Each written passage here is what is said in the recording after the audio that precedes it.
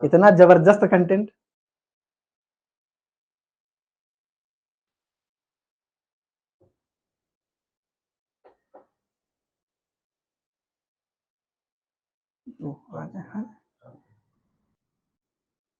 नमस्कार दोस्तों, मैं सूरज कुमार रावत आपका एक बार फिर से हार्दिक स्वागत करता हूं आपके अपने online platform study with Neeraj पे।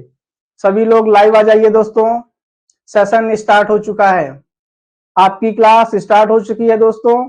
सभी लोग लाइव आ जाइए, जल्दी जल्दी से लाइव आ जाइए दोस्तों, जल्दी जल्दी से लाइव आ जाइए दोस्तों, सेशन स्टार्ट हो चुका है। इससे पहले दोस्तों हमने वीट की जो क्रॉप है वो पूर्णतया कंप्लीट कर ली है। आज हमारी दूसरी क्रॉप है जो कि हम पढ़ेंगे थंबनेल के अनुसार राइस। कौन सी दोस्तों? राइस। आप लोग देख रहे होंगे दोस्तों, कौन सी? राइस। जल्दी जल्दी से दोस्तों लोग आ जाइए, सभी लोग आ जाइए, जुड़ जाइए। सेशन स्टार्ट हो चुका है आप लोगों का, जल्दी से आ जाइए। चलिए दोस्तों, अपनी क्लास हम स्टार्ट करते हैं, आ जाइए सभी लोग।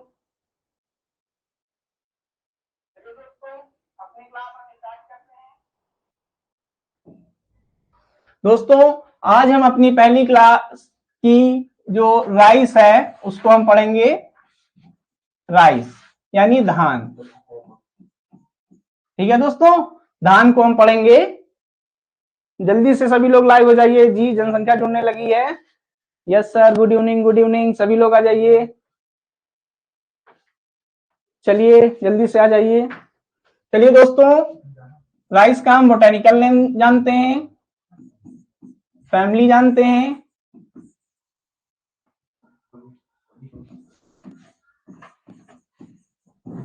क्रोमोसोम नंबर जानते हैं, ओरिजिन जानते हैं, फ्लावर जानते हैं। ठीक है, फ्रूट टाइप देखते हैं, जो कि हम सारी पिछली क्लासेस में देखते आए हैं दोस्तों। ठीक है दोस्तों, चलिए सेशन से जुड़ जाइए सभी लोग। गुड इवनिंग, गुड इवनिंग, जल्दी से जुड़ जाइए।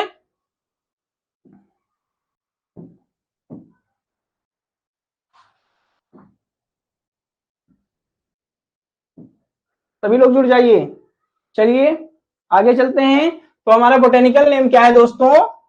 धान का ओराइजा सेटाइवा। क्या है दोस्तों? Oryza sativa.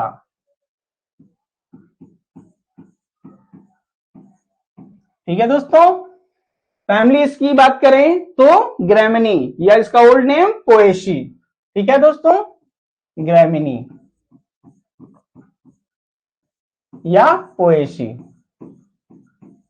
ठीक है दोस्तों, आगे चलते हैं। क्रोमोसोम नंबर को जानते हैं, तो क्रोमोसोम नंबर 2n बराबर 24।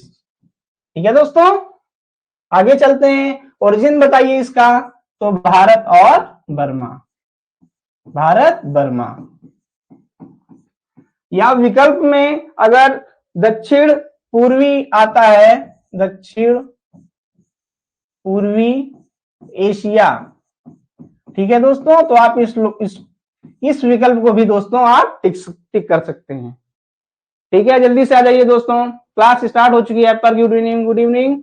चलिए फ्लावर जानते हैं, इसका पुष्प क्रम कैसा होता है? तो पेनिकल। कौन सा होता है दोस्तों? पेनिकल। और फ्रूट टाइप इसका कैसा होता है दोस्तों? जल्दी से आ जाइए। कैरियोप्सिस। कैसा होता है? कैरियोप्सिस।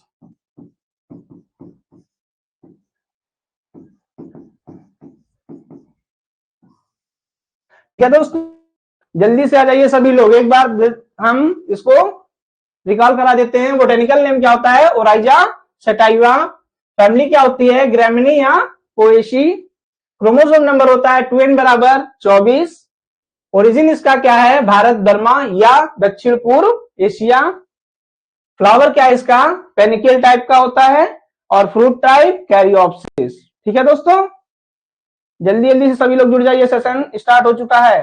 जल्दी लोग जल्दी से आ जाइए और नोट डाउन भी करते जाएंगे दोस्तों, साथ में नोट डाउन भी करते रहना है, क्योंकि जो मैटर आपको दिया जा रहा है वो एग्जाम के पॉइंट ऑफ व्यू से बहुत ऑथेंटिक है दोस्तों। कुछ भी नहीं छूटेगा दोस्तों, कुछ भी नहीं छूटेगा, इसलिए मैटर बहुत ऑथेंटिक है एकदम।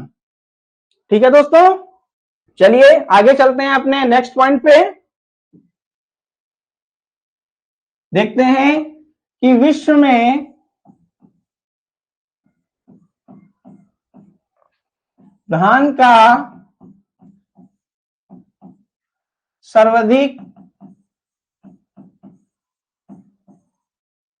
क्षेत्रफल कहां पर की जाती है दोस्तों खेती।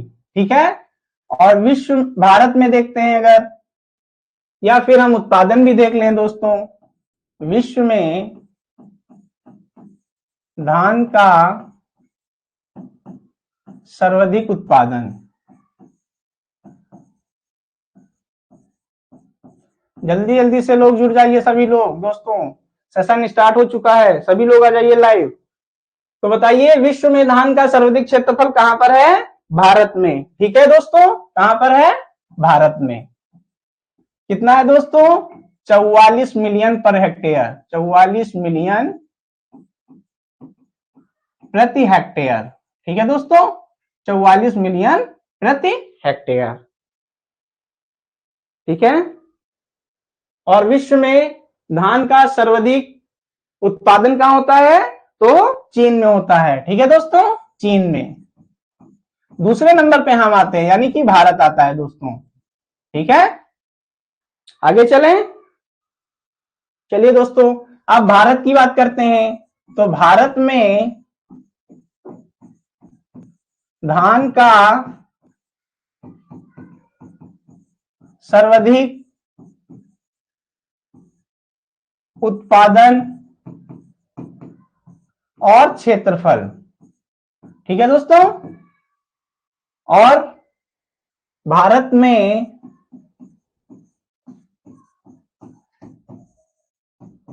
धान का सर्वाधिक उत्पादकता, यानी कि प्रोडक्टिविटी भी बतानी है दोस्तों। ठीक है, भारत में धान का सर्वाधिक उत्पादन कितना, या क्षेत्रफल में कौन सा राज्य सबसे आगे है दोस्तों, बताइए। और भारत में धान का सर्वाधिक उत्पादकता या प्रोडक्टिविटी कितनी होती है दोस्तों, ये भी बताना है आपको। चलिए देखते हैं। तो उत्पादन या क्षेत्रफल सबसे ज्यादा होता है हमारे पश्चिम बंगाल में। कहां पर, पश्चिम बंगाल। ठीक है दोस्तों, उत्पादन में भी आगे है और क्षेत्रफल में भी आगे है। ठीक है, अगर हम सर्वाधिक उत्पादकता की बात करते हैं तो पंजाब इसमें सबसे आगे है। ठीक है दोस्तों, कौन, पंजाब। ये एग्जाम के पॉइंट ऑफ व्यू से उत्पादकता बार बार पूछा गया है दोस्तों, इसलिए इसको नोट जरूर करते रहिएगा। भारत में धान का सर्वाधिक उत्पादकता वाला राज्य पंजाब है। ठीक है दोस्तों, नोट करते रहिएगा, साथ में सभी लोग नोट जरूर करते रहिएगा, क्योंकि जो डाटा है वो ऑथेंटिक है एकदम। ठीक है दोस्तों, नोट जरूर करते रहिएगा।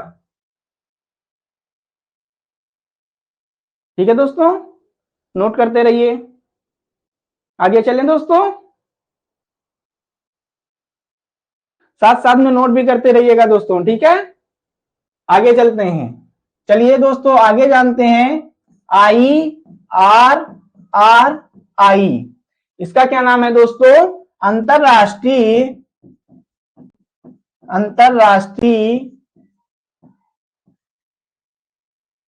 धान अनुसंधान केंद्र, धान अनुसंधान केंद्र, अनुसंधान संस्थान, सॉरी, अनुसंधान संस्थान, यानी रिसर्च सेंटर। ठीक है दोस्तों, रिसर्च सेंटर बताना है हमें। ठीक है दोस्तों, चलिए अनुसंधान संस्थान,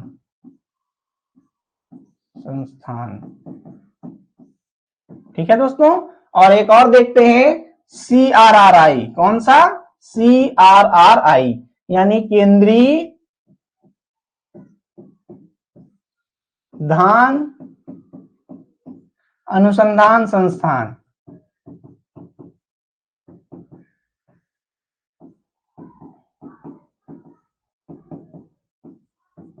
बताइए दोनों, ये दोस्तों कहां पर हैं? पता है किसी को?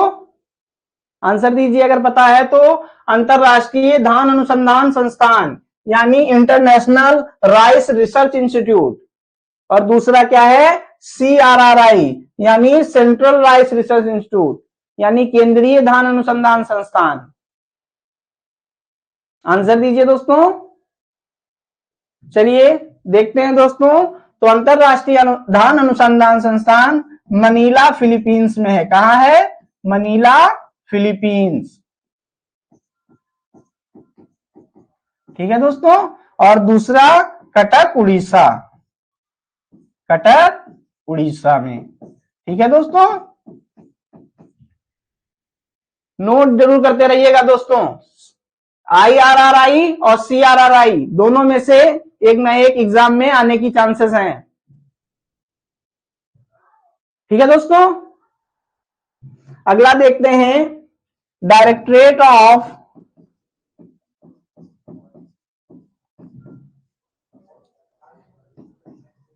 Rice research.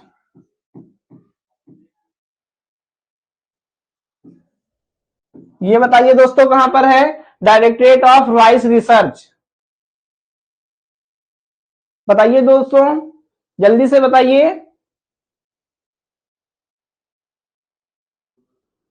सभी का आंसर आ रहा है? ये पिछले आंसर आ रहे हैं दोस्तों। इसका बताइए, directorate of rice research centre कहां पर है? आंसर दीजिए सभी लोग जल्दी जल्दी से। तो कहां पर है इसका? किसी का आंसर? हैदराबाद। कहां पर है दोस्तों? हैदराबाद।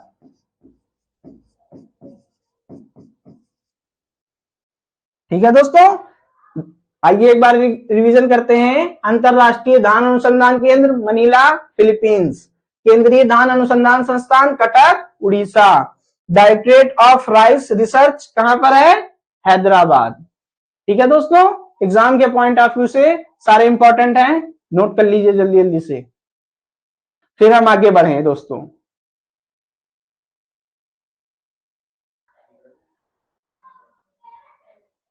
नोट हो गया दोस्तों? जल्दी जल्दी से नोट करते रहिए, फिर आगे चलते हैं दोस्तों अपने अगले टॉपिक पर।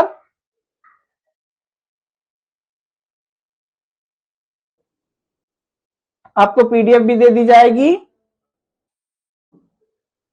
चलिए दोस्तों, अब हम चलते हैं अपने क्रॉप में, हम नर्सरी कैसे तैयार करेंगे धान की। ठीक है दोस्तों, तो हम लिखते हैं धान की नर्सरी। ठीक है दोस्तों, धान की नर्सरी हम कैसे तैयार करते हैं, तो इसके कई सारे मेथड बताए गए हैं दोस्तों। ठीक है, हम पहले मेथड के बारे में जानते हैं, और पहला मेथड है आर्द्र नर्सरी। ठीक है दोस्तों, पहला मेथड है आर्द्र नर्सरी। ठीक है दोस्तों, आर्द्र नर्सरी के द्वारा हम तैयार करेंगे। ठीक है,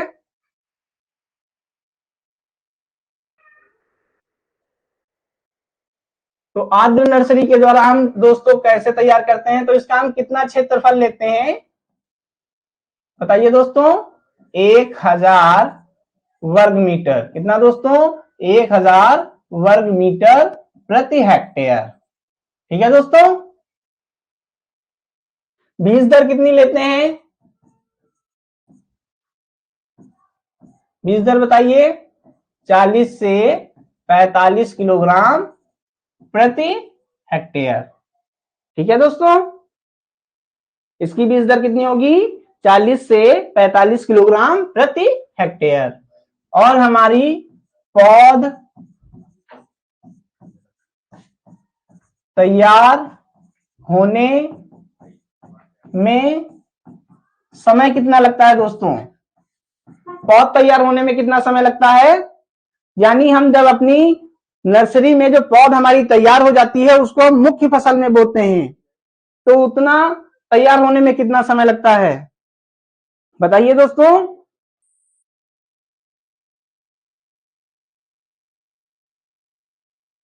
जी ऐड कर दिया जाएगा, संदीप कुमार जी ऐड कर दिया जाएगा। तो कितना समय लगता है, 20 से 25 दिन। ठीक है दोस्तों, 20 से 25 दिन में हमारी नर्सरी तैयार हो जाती है मुख्य फसल में जोड़ने के लिए। ठीक है, 21 डेज भी सही है। ठीक है, आगे चलते हैं और दूसरा देखते हैं, डेपोग मेथड। ये सबसे इंपॉर्टेंट विधि है नर्सरी की। इसके बाद एक और भी है, लेकिन इसको भी हम देखेंगे दोस्तों।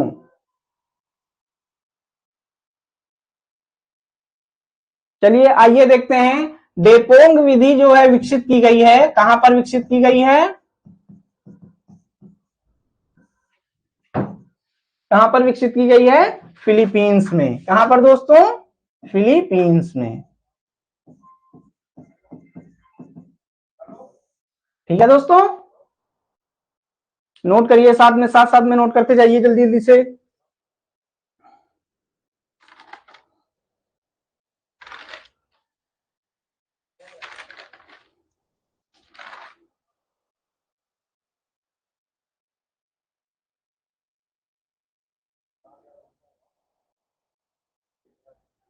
जल्दी से नोट करिए दोस्तों।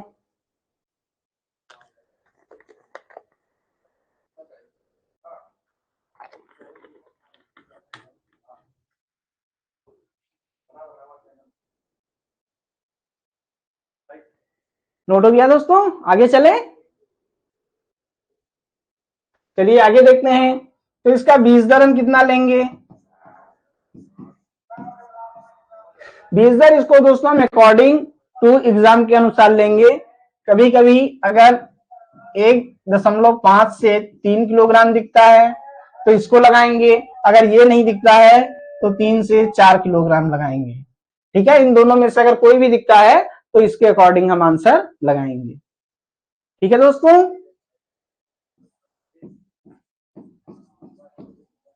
पौध तैयार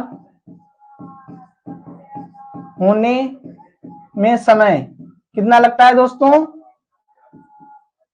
इसमें कितना लगता है समय दोस्तों, 11 से 14 दिन। कितना लगता है, 11 से 14 दिन में हमारी पौध तैयार हो जाती है। ठीक है दोस्तों, ये डेपोंग विधि फिलीपींस में विकसित की गई थी, जो कि इसका भारत में आगमन कब हुआ है, और यह भारत के किस राज्य में सबसे पहले उगाई गई थी, बताइए दोस्तों इसका आंसर। तो भारत के किस राज्य में सबसे पहले उगाई गई थी, तो उस राज्य का नाम बताना है। कहां पर, भारत में। भारत के किस राज्य में उगाई गई थी दोस्तों, आंध्र प्रदेश। कहां पर, आंध्र प्रदेश। ठीक है दोस्तों, आंध्र प्रदेश में सबसे पहले उगाई गई थी। ठीक है, आंध्र प्रदेश। ठीक है, नोट डाउन भी करते चलिएगा साथ में। आगे चले, इसका भी क्षेत्रफल देख लीजिए, कितने क्षेत्रफल में उगाई जाती है ये दोस्तों। तो इसका क्षेत्रफल बताइए दोस्तों, आंसर दीजिए। क्षेत्रफल किसी को पता है, क्षेत्रफल बताइए जल्दी से।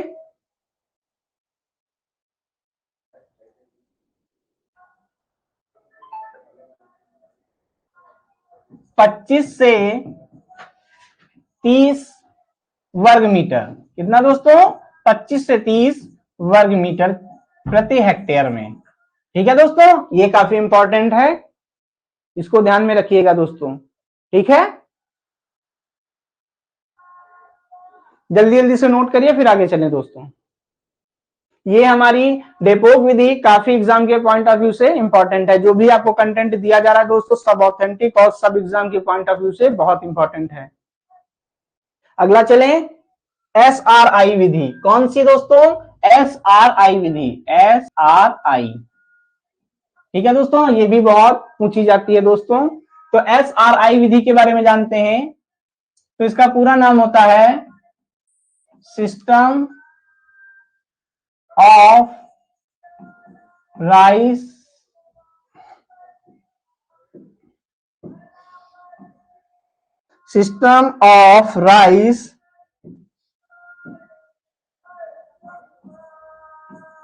इंटेंसिफिकेशन। ठीक है दोस्तों, सिस्टम ऑफ राइस इंटेंसिफिकेशन, ये इसका फुल फॉर्म होता है। ठीक है दोस्तों, सिस्टम ऑफ राइस इंटेंसिफिकेशन। जल्दी जल्दी से नोट भी करते रहिएगा साथ में दोस्तों। ठीक है, ये कहां पर विकसित हुई है, इसको बताइए दोस्तों, ये कहां पर विकसित हुई है? तो इसका विकास जो है मेडागास्कर में हुआ है। कहां पर दोस्तों? मेडागास्कर में। ठीक है, मेडागास्कर कहां है? अफ्रीका के पूर्वी तट पर। कहां पर है दोस्तों ये मेडागास्कर? अफ्रीका के पूर्वी तट पर। ठीक है दोस्तों, अफ्रीका के पूर्वी तट पर। 5वां सबसे बड़ा महाद्वीप है ये दोस्तों। ठीक है दोस्तों, आगे चलें। इसकी बीज दर बताइए, इसकी बीज दर कितनी लेते हैं दोस्तों? बताइए दोस्तों। 5 किलोग्राम। कितनी दोस्तों? 5 किलोग्राम प्रति हेक्टेयर। इसकी जो बीज दर होती है वो 5 किलोग्राम प्रति हेक्टेयर होती है। ये काफी इंपॉर्टेंट विधि है दोस्तों, और इसमें कीटनाशी की बचत हो जाती है दोस्तों। इसमें कीटनाशी की बचत हो जाती है, और कितनी परसेंट? 100% इसमें कीटनाशी की बचत हो जाती है दोस्तों। ठीक है, आगे चलते हैं और भी इस विधि के बारे में जानते हैं। इसमें पानी व उर्वरक, क्या दोस्तों?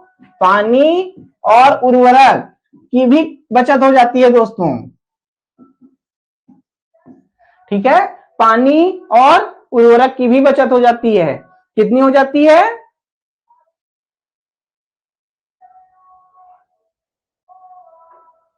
95%। कितनी दोस्तों? 95% हो जाती है। ठीक है, ठीक है दोस्तों, ये सिस्टम बहुत ही इंपॉर्टेंट है, और इसका सबसे ज्यादा इंपॉर्टेंट है ये कहां पर विकसित की गई। ठीक है, तो SRI सिस्टम क्या कहलाता है? System of rice intensification. बीज दर भी इसकी बहुत इंपॉर्टेंट है, 5 किलोग्राम प्रति हेक्टेयर। ठीक है दोस्तों, क्योंकि इसमें कीटनाशी की भी बचत हो जाती है, और पानी और उर्वरक की भी बचत हो जाती है। ठीक है दोस्तों, ये मेडागास्कर में विकसित की गई थी, बहुत ही इंपॉर्टेंट है। आगे चले। ठीक है, चलिए आगे चलते हैं अपने नेक्स्ट। चलिए अब हम जानते हैं धान की प्रजातियों के बारे में। इसके बारे में, धान की प्रजातियों के बारे में, या फिर हम हेडिंग डाल लें क्लासिफिकेशन ऑफ। थोड़ा सा क्लासिफिकेशन देख लेते हैं दोस्तों। क्या देख लेते हैं? क्लासिफिकेशन देख लेते हैं। ठीक है दोस्तों, क्लासिफिकेशन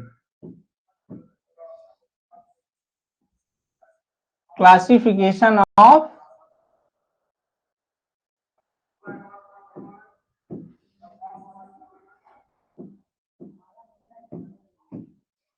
क्लासिफिकेशन ऑफ राइस। ठीक है दोस्तों, यानी धान का वर्गीकरण। क्लासिफिकेशन ऑफ राइस में कुल हमारी 24 प्रजातियां बताई गई हैं दोस्तों, जिसमें से केवल 2 ही ऐसी प्रजातियां हैं जो कृषिगत हैं। ठीक है दोस्तों, 2 ऐसी प्रजातियां हैं जो कृषिगत हैं। कौन कौन सी हैं? आइए देखते हैं। टोटल हमारी दोस्तों प्रजातियां भी बताई गई हैं,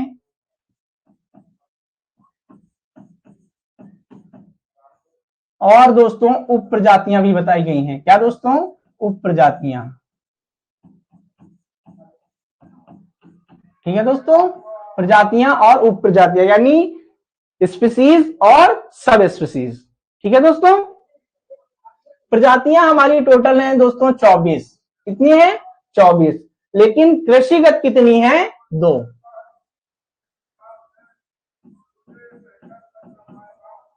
कृषिगत केवल 2 हैं दोस्तों। ठीक है, कौन कौन सी कृषिगत हैं, आइए उनको जानते हैं दोस्तों। तो कौन कौन सी हैं? तो पहली है ओराइजा सेटाइवा। Oryza sativa. ठीक है दोस्तों, दूसरी है हमारी ओराइजा ग्लेबेरिमा। ठीक है दोस्तों, ये हमारी 2 स्पीसीज हैं जो कृषिगत के योग्य हैं। ठीक है, आगे चले। ओराइजा सेटाइवा की अगर बात करें तो ये एशिया में उगाई जाती है। कहां पर दोस्तों? एशिया में। और दूसरी ये दक्षिण अफ्रीका में उगाई जाती है। ठीक है दोस्तों, नोट डाउन साथ में करते रहिएगा। इतना समय आप लोग को मिल रहा है कि साथ में नोट डाउन भी करते रहिए, क्योंकि मैटर बहुत ही प्योर आपको दिया जा रहा है, तो साथ में नोट डाउन भी करते रहिएगा। इतना समय मिल जा रहा है आप लोगों को। ठीक है, चलिए आगे जानते हैं। तो ओराइजा सेटाइवा की 3 सब स्पीसीज बताई गई हैं। ठीक है दोस्तों, ओराइजा सेटाइवा की ही 3 सब स्पीसीज बताई गई हैं, जिन्हें हम उपजातियां कहते हैं। पहला देखते हैं इंडिका। कौन सी दोस्तों? इंडिका।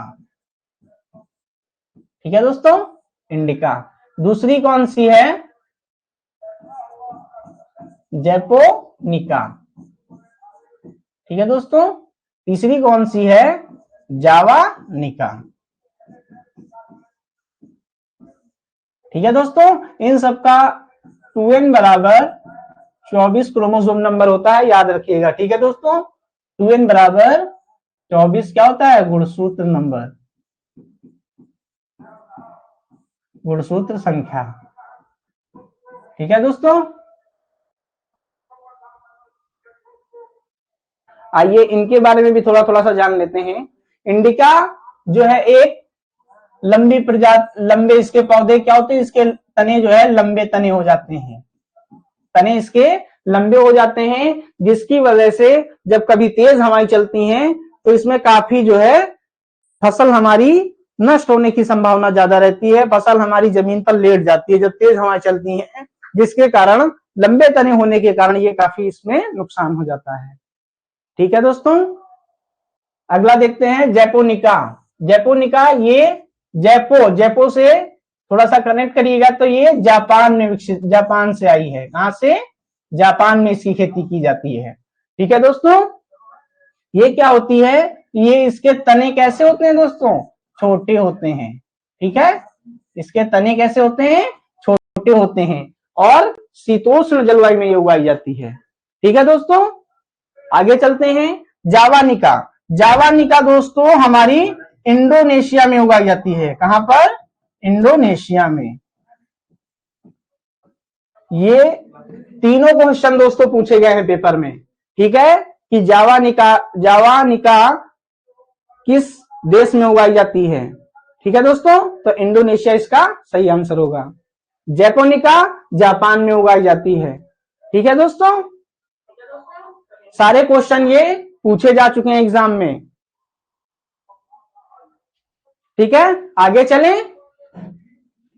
चलिए आगे चलते हैं हम अपने नेक्स्ट पर। नेक्स्ट पॉइंट क्या हो जाएगा? ये हमारी प्रजातियां हो गई। ठीक है दोस्तों, अब हम थोड़ा सा किस्मों के बारे में भी जान लेते हैं। धान की किस्में। ठीक है दोस्तों, वैरायटीज ऑफ राइस। ठीक है दोस्तों, पहला बताइए धान का बौना जीन। प्रथम धान का बौना जीन, धान का प्रथम बौना जीन कौन सा था है दोस्तों? बौना जीन, ये पेपर में पूछा गया है दोस्तों, बताइए इसका आंसर।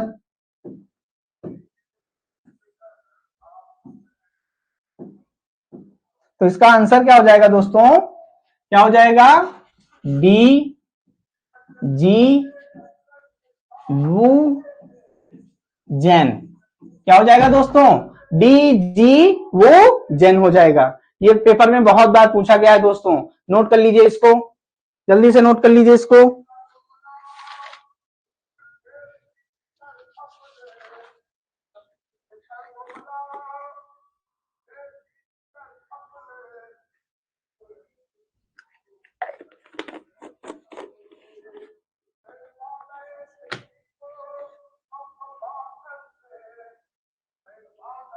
नोट कर लिया दोस्तों, आगे चले,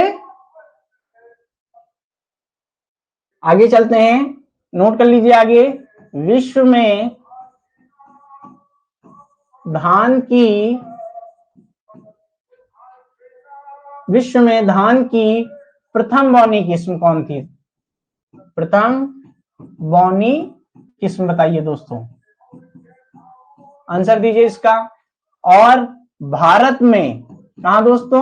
भारत में धान की प्रथम बौनी किस्म,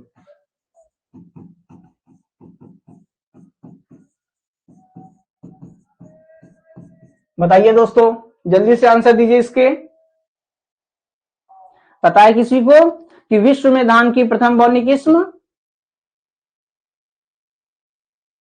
TN1। कौन सी दोस्तों? TN1, या इसे हम TN मतलब ताइवान। क्या होता है? ताइवान। ठीक है, फर्स्ट लेटर और लास्ट लेटर लिया गया है, ताइवान फर्स्ट। ठीक है दोस्तों, अगर भारत की बात की जाए तो कौन सी? जया, जया। ठीक है दोस्तों,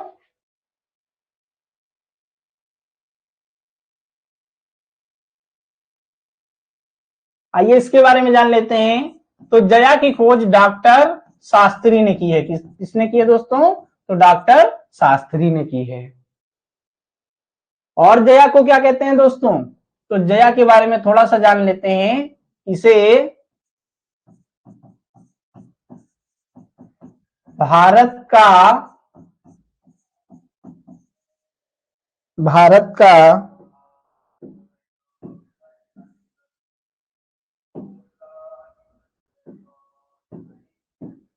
जादुई, क्या दोस्तों? जादुई धान कहते हैं। इसे भारत का जादुई धान कहते हैं। ठीक है दोस्तों, एग्जाम में पूछा जा सकता है कि भारत का जादुई धान किसे कहते हैं, तो आंसर हो जाएगा जया। ठीक है, आगे चले, चलिए फिर विश्व का भी बता दीजिए। विश्व का जादुई धान किसे कहते हैं? बताइए इसका आंसर क्या हो जाएगा दोस्तों? विश्व का जादुई धान, पता है किसी को? IR8। क्या होता है दोस्तों? IR8, इसे विश्व का जादुई धान कहते हैं। ठीक है दोस्तों,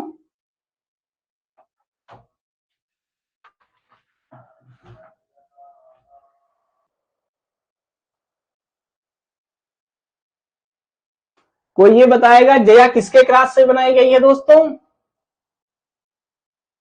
तो देखिए दोस्तों, TN1 गुणे किसके क्रॉस से? टाइप 141। किसके? टाइप 141। ठीक है दोस्तों, ये बनाई गई है जया, किससे? TN1 गुणे टाइप 141। ठीक है, ये इसके क्रॉस से बनाई गई है। बहुत इंपॉर्टेंट है इसका ये क्रॉस।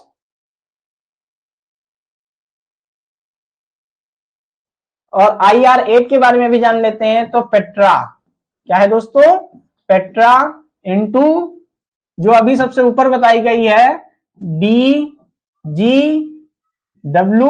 जेन, ठीक है, इसके क्रॉस से बनाई गई है दोस्तों। पेट्रा 1 है, नोट कर लीजिएगा, पेट्रा 1, ठीक है, ठीक है दोस्तों।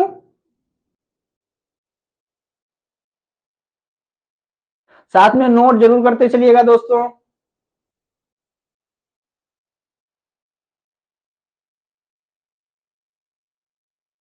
आगे चले, तो ये हमारी धान की कुछ किस्में हो गई। आइए और आगे भी जान लेते हैं। तो धान की सूखा सहिष्णु बता दीजिए, बताइए दोस्तों, सूखा सहिष्णु कौन कौन सी किस्में होती हैं? बताइए दोस्तों, आंसर दीजिए जल्दी से, तब तक पानी पी लेते हैं हम। बताइए जल्दी जल्दी से, बताइए आंसर। सूखा सहिष्णु, फिर उसके बाद आगे हम पढ़ेंगे लवण सहिष्णु। बताइए दोस्तों।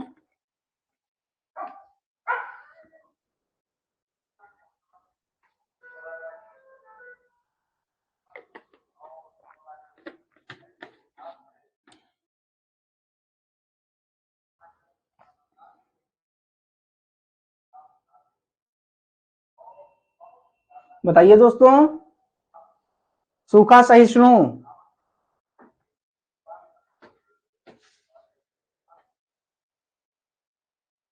चलिए दोस्तों, सूखा सहिष्णु कौन कौन सी हो जाती हैं? बाला है, साकेत है, और कौन सी है दोस्तों? बाला है, साकेत है, कंचन आती है इसी में, ठीक है दोस्तों, और भवानी भी आती है इसी में दोस्तों, ठीक है दोस्तों। लवण सहिष्णु देखते हैं, लवण सहिष्णु। तो लवण सहिष्णु में बताइए दोस्तों कौन कौन सी आती हैं? जया, रत्ना और लूनाश्री। कौन सी? लूनाश्री, ठीक है। लूनाश्री के बारे में बताइए कोई लोग। लूनाश्री सबसे फेमस वैरायटी है, ये एग्जाम में बहुत इंपॉर्टेंट वैरायटी एग्जाम के लिए। लूनाश्री की खोज हरगोविंद सिंह खुश ने की थी। किसने? हरगोविंद सिंह खुश ने की थी, ठीक है दोस्तों। इसे सुपर राइस के नाम से भी जानते हैं, ठीक है दोस्तों।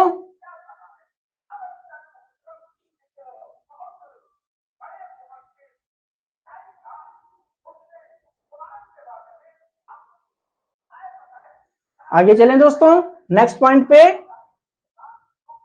उत्परिवर्तित किस्में भी नोट कर लीजिए। उत्परिवर्तित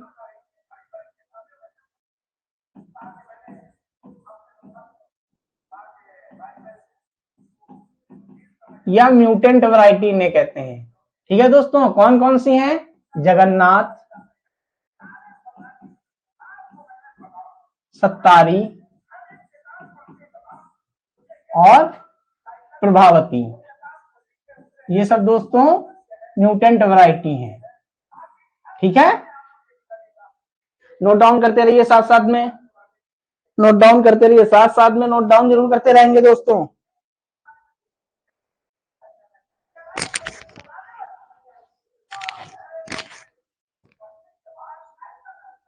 नोट डाउन करते रहिए साथ साथ में, जल्दी जल्दी से नोट डाउन करिए, फिर आगे बढ़ें।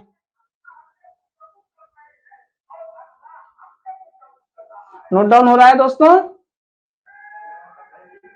चलिए क्षारीय देखते हैं। क्षारीय किस्में, क्षारीय किस्में में कौन सी आती है? IR24, ठीक है दोस्तों। एक और देख लेते हैं, सीधी बुआई, ये बहुत बार पूछा गया है। सीधी बुआई के लिए किस्म बताइए, सीधी बुआई के लिए धान की किस्म बतानी है, तो कौन सी है दोस्तों? बाला। कौन सी? बाला। ये बहुत बार पूछी गई है दोस्तों। सीधी बुआई के लिए धान की कौन सी किस्म है? तो बाला है। ठीक है दोस्तों, जल्दी जल्दी से नोट करते रहिए और आगे बढ़ते हैं हम अपने नेक्स्ट पॉइंट की तरफ। ठीक है दोस्तों, अब हमारी ये क्या हो गई? सभी स्पीसीज हमने जान ली और हमने नर्सरी के बारे में भी जान लिया। अब हम चलते हैं अपने क्लाइमेट की तरफ या जलवायु को जानते हैं।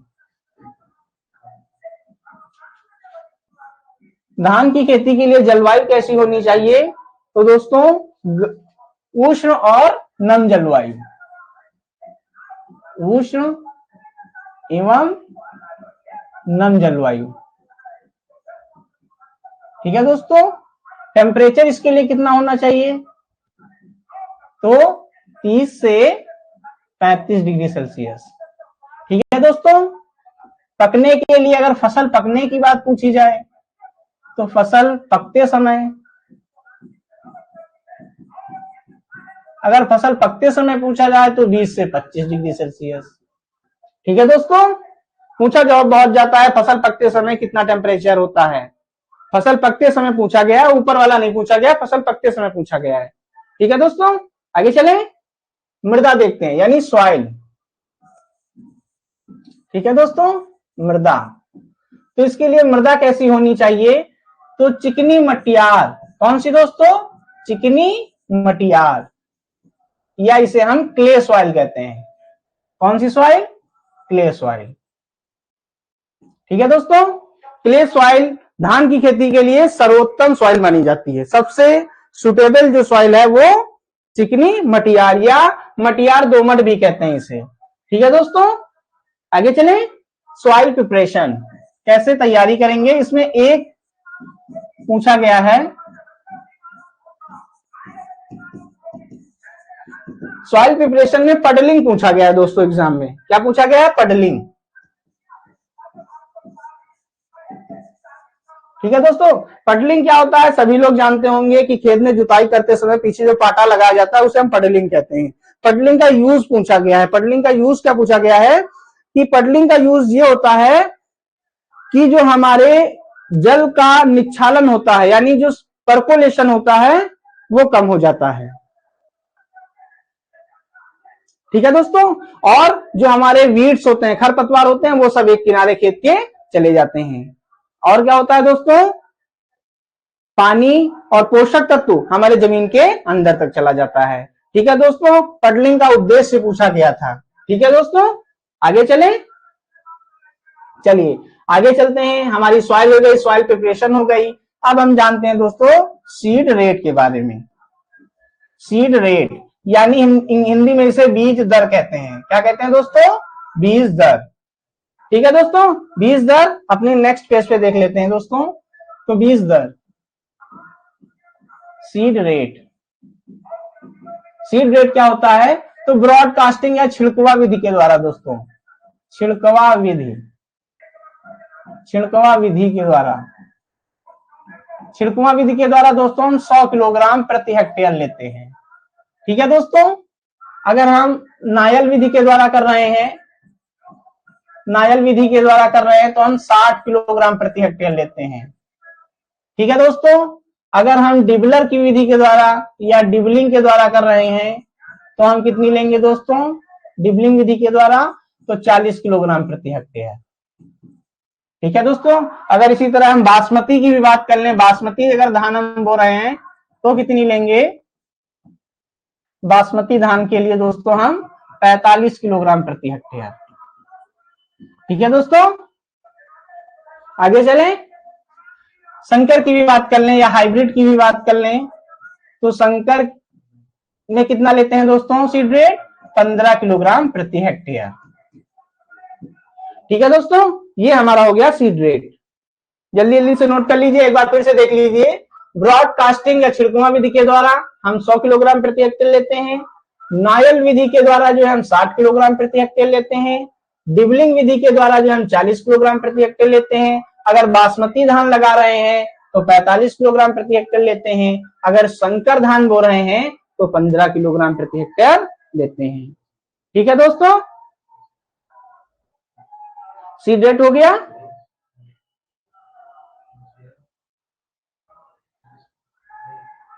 आगे चलते हैं रोपण विधि, या पहले हम रोपण विधि जान लेते हैं दोस्तों।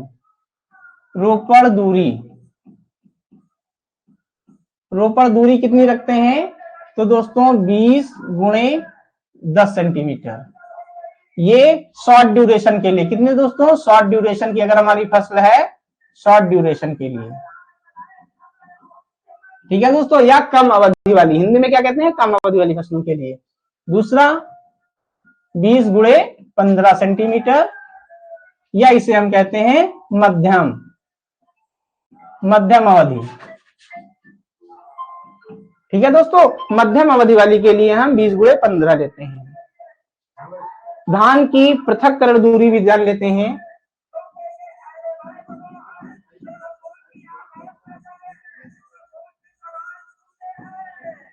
पृथक्करण दूरी, या इसको हम आइसोलेशन डिस्टेंस कहते हैं। ठीक है दोस्तों, इंग्लिश वाले भी नोट करते चलेंगे। आइसोलेशन डिस्टेंस कितना रखते हैं? 3 मीटर। ठीक है दोस्तों, आइसोलेशन डिस्टेंस हम 3 मीटर रखते हैं। नोट करते रहिए जल्दी जल्दी से दोस्तों। आइसोलेशन डिस्टेंस हो गया। ठीक है दोस्तों, अब हम दोस्तों बुआई भी देख लेते हैं। बुआई थोड़ा सा बड़े में आएगा तो इसलिए एक स्लाइड ले लेते हैं। बुआई, सोविंग टाइम, सोविंग टाइम या बुआई का समय, बुआई का समय या सोविंग टाइम या बुआई का समय। तो बुआई हम दोस्तों इसकी उत्तरी पूर्वी, कहा दोस्तों? उत्तरी व पूर्वी भारत में, उत्तरी व पूर्वी भारत में हम करते हैं धान की। तो थोड़ा सा देख लेते हैं चार्ट के द्वारा।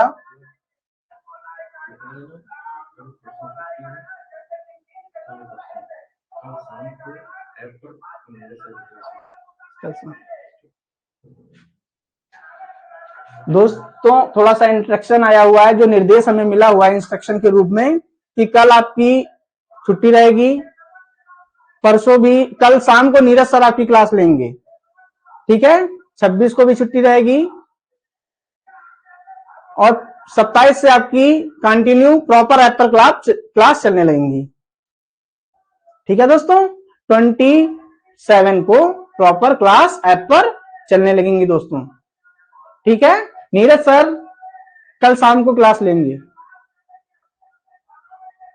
ठीक है दोस्तों, नीरज सर कल शाम को क्लास लेंगे। ठीक है,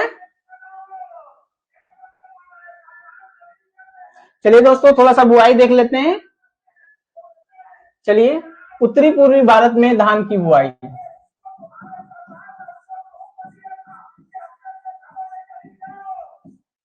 ठीक है दोस्तों, तो पहला हम करते हैं शरद ऋतु। यहां पे ऋतु लिख लीजिए दोस्तों, ऋतु। यहां पे लिख लीजिए स्थानीय नाम,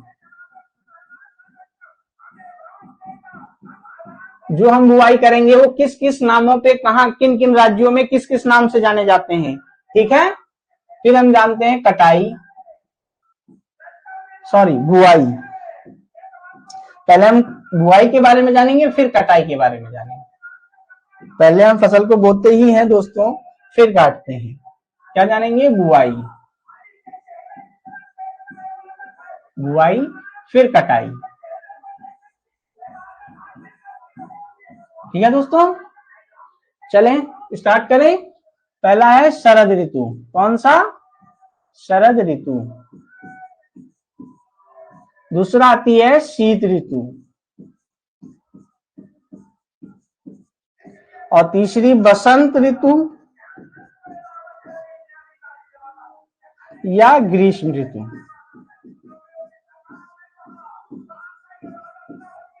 ठीक है दोस्तों, ये हमारी 3 ऋतुएं होती हैं जिनमें धान की हम बुआई करते हैं। ठीक है,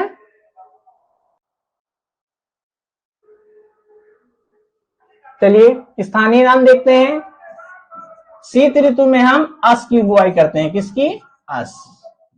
ठीक है, ये बोई कहां जाती है, किस राज्य में? तो पश्चिम बंगाल में। कहा दोस्तों? पश्चिम बंगाल में। ठीक है, दूसरी हम देखते हैं तो अमन। कौन सी दोस्तों? अमन, या इसे अगानी भी कहते हैं। ये कहां पे बोई जाती है? उड़ीसा में दोस्तों। ठीक है दोस्तों, और अगली जो है बोरो। कौन सी दोस्तों? बोरो। और एक डलुआ। बोरो और डलुआ। बोरो कहां पर? पश्चिम बंगाल में। और डलुआ कहां पर? उड़ीसा में। ठीक है दोस्तों, नोट डाउन करते रहिएगा साथ साथ में। ये कब बोई जाती है? तो मई और जून में। मई और जून।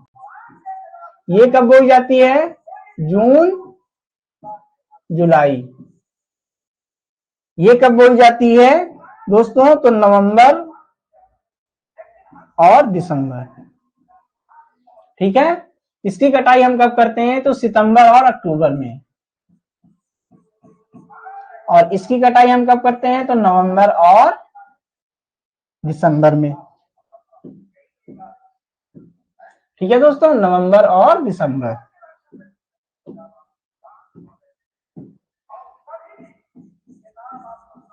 इसकी हम कब करते हैं? तो मार्च और अप्रैल में।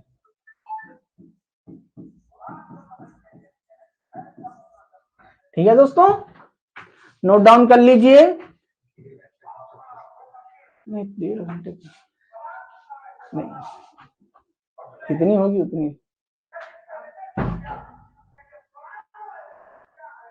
ठीक है दोस्तों,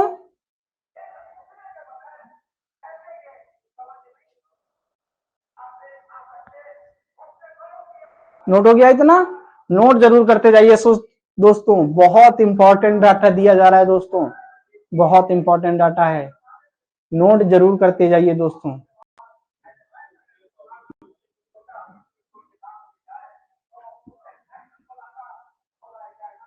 thank you very much Shripal ji, very nice class sir. Thank you very much Shripal ji, thank you very much.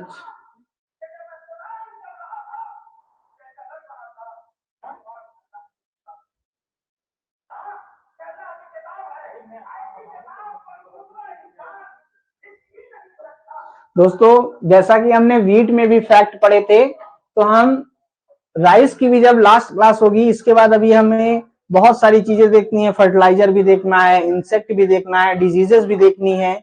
तो हम बहुत सारा अभी मटेरियल है जो लास्ट क्लास में हम करेंगे, और हमको फैक्ट भी पढ़ने हैं दोस्तों। ठीक है, साथ में हम फैक्ट भी पढ़ते चलेंगे।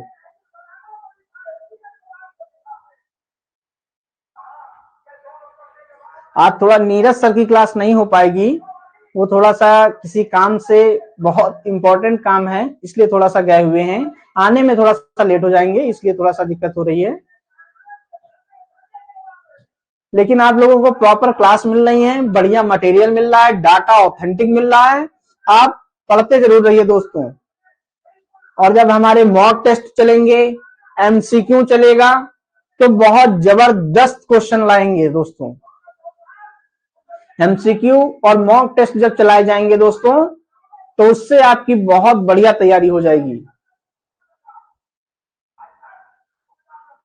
क्लास सभी को समझ में आ रही है तो यस लिख के भेजिए सभी लोग। सभी को अगर क्लास समझ में आ रही है तो यस लिख के भेजिए।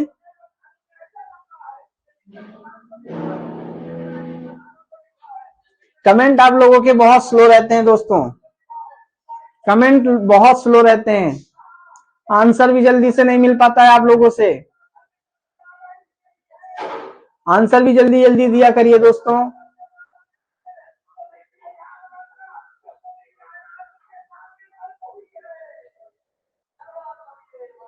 जी जी, बहुत बढ़िया बहुत बढ़िया, यस सर यस सर।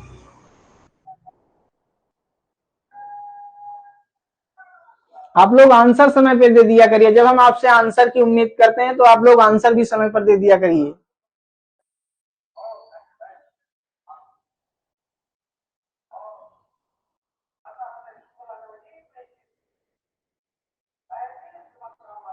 ठीक है दोस्तों,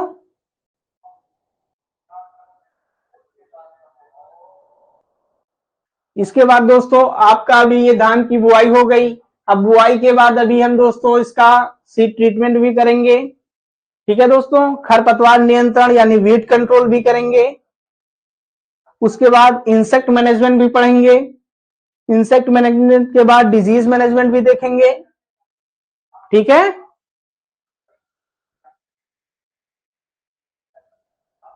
सब कुछ अभी इसके बाद कराया जाएगा और लास्ट में इसका फैक्ट भी देखेंगे। फैक्ट बहुत इंपॉर्टेंट होगा। ठीक है दोस्तों, अगर फैक्ट के रूप में पूछा जाए तो एक क्वेश्चन आप लोगों से पूछ लेते हैं, धान में पाए जाने वाले ओरिजिन का नाम, प्रोटीन का नाम बताइए दोस्तों। प्रोटीन का नाम बताइए दोस्तों, कौन सा प्रोटीन धान में पाया जाता है, बताइए दोस्तों।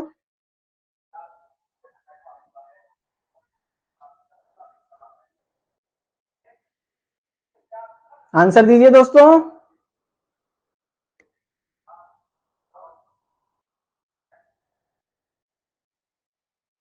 ऐड कर दिया जाएगा संदीप जी, ऐड कर दिया जाएगा आपको।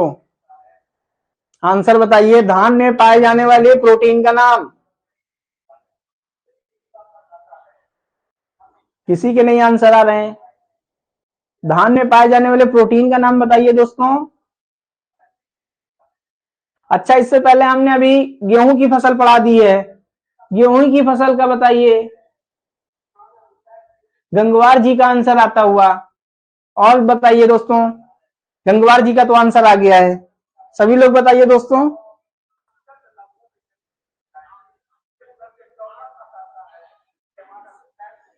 प्रदीप जी का आंसर आता हुआ।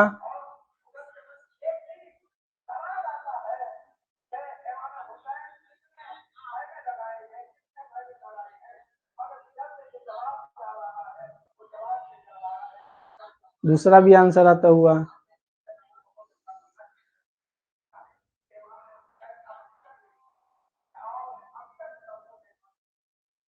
चलिए एक और आंसर दीजिए, पीछे पीछे वाले का बताइए। गेहूं में दाने और भूसे का अनुपात हमने बताया था, उसका आंसर दीजिए दोस्तों। गेहूं में दाने और भूसे का अनुपात बताइए कितना होता है। ये लास्ट एक बता दीजिए आंसर। गेहूं में दाने और भूसे का अनुपात हमने पढ़ाया है, बताइए दोस्तों इसका आंसर। सिद्धार्थ कुमार, बिल्कुल सही आंसर आता हुआ।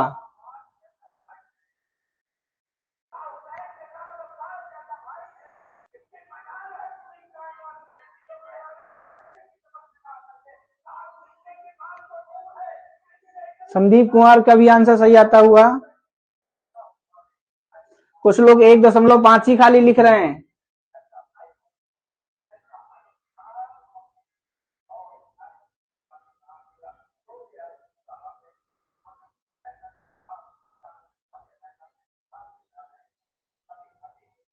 जी, अब सही आंसर आ रहे हैं। ब्रजेश सिंह का, अजय प्रताप का,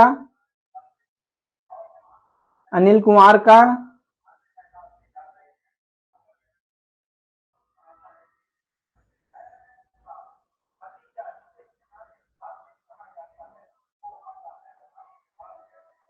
चलिए धान में बताइए कितना पाया जाता है दाने और भूसे का अनुपात,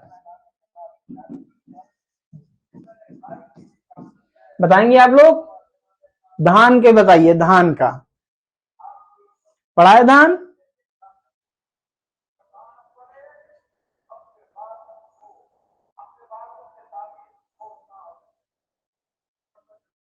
बताएंगे दोस्तों, धान में दाने और भूसे का अनुपात। फैक्ट इस फसल से बहुत हैं दोस्तों, इसमें फैक्ट बहुत हैं धान में, जो कि हम कल जब हमारी नेक्स्ट क्लास होगी होली के बाद, उसमें हम कराएंगे दोस्तों। 1-3 राकेश कुमार का आंसर है, अनिल कुमार का आंसर है 1-3। और भी आंसर आने चाहिए।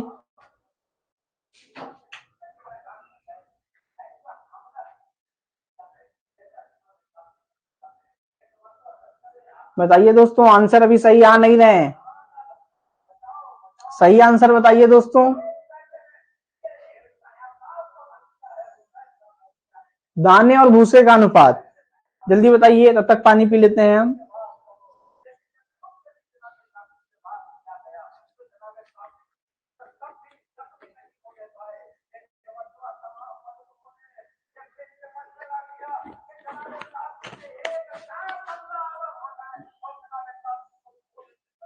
चलिए दोस्तों, इसका अनुपात होता है 2:3। कितना होता है? 2:3। ठीक है दोस्तों, 2:3 होता है।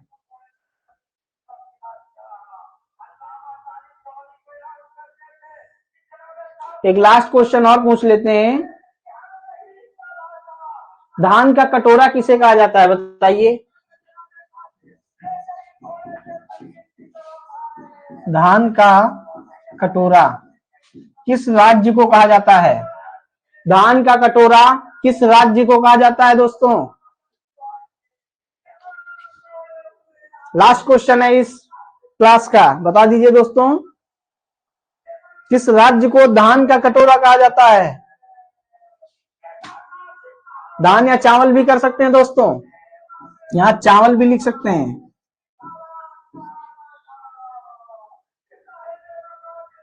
संदीप कुमार का आंसर बहुत अच्छा आता हुआ। बिल्कुल सही आंसर संदीप कुमार जी आपका है। छत्तीसगढ़ को कहा जाता है दोस्तों, छत्तीसगढ़ को कहा जाता है।